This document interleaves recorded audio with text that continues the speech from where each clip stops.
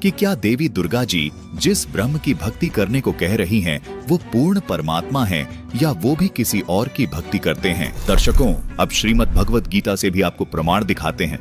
ये है श्रीमद् भगवत गीता, जिसके अध्याय 8 श्लोक 13 में गीता ज्ञानदाता ने कहा है कि मैं ब्रह्म हूँ और मुझ ब्रह्म का केवल एक ओम नाम है।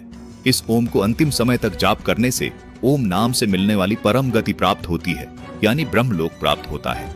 दर्शकों, गीता अध्याय 8 श्लोक 16 में गीता ज्ञानदाता कहता है कि ब्रह्मलोक में गए हुए साधक भी पुनरावृत्ति यानी जन्म मृत्यु में आते हैं, यानी उनकी भी जन्म मृत्यु सदा बनी रहती है। मतलब साफ है कि उनका भी पूर्ण मोक्ष नहीं होता।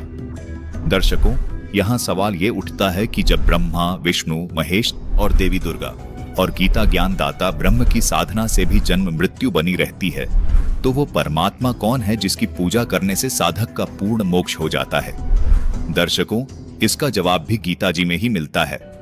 गीता ज्ञानदाता ब्रह्म ने गीता अध्याय 18 श्लोक 62 तथा 66 में अपने से अन्य समर्थ सच्चिदानंद घन ब्रह्म यानी परम अक्षर ब्रह्म की शरण में जाने को कहा है, तथा गीता अध्याय 17 श्लोक 23 में उसकी भक्ति साधना का नाम ओम तत् सत मंत्र बताया है। साथ ही गीता अध्याय 15 के श्लोक 4 में कहा है कि मैं भी उसी आदि पुरुष नारायण की शरण में हूँ, जिसको गीता अध्याय 15 के श्लोक 17 में उत्तम पुरुष कहा है, तथा गीता अध्याय 18 के श्लोक 64 में कहा है कि मेरा इष्ट देव भी वही पूर्ण परमात्मा है जो आदि सनातन परम धाम में रहता है।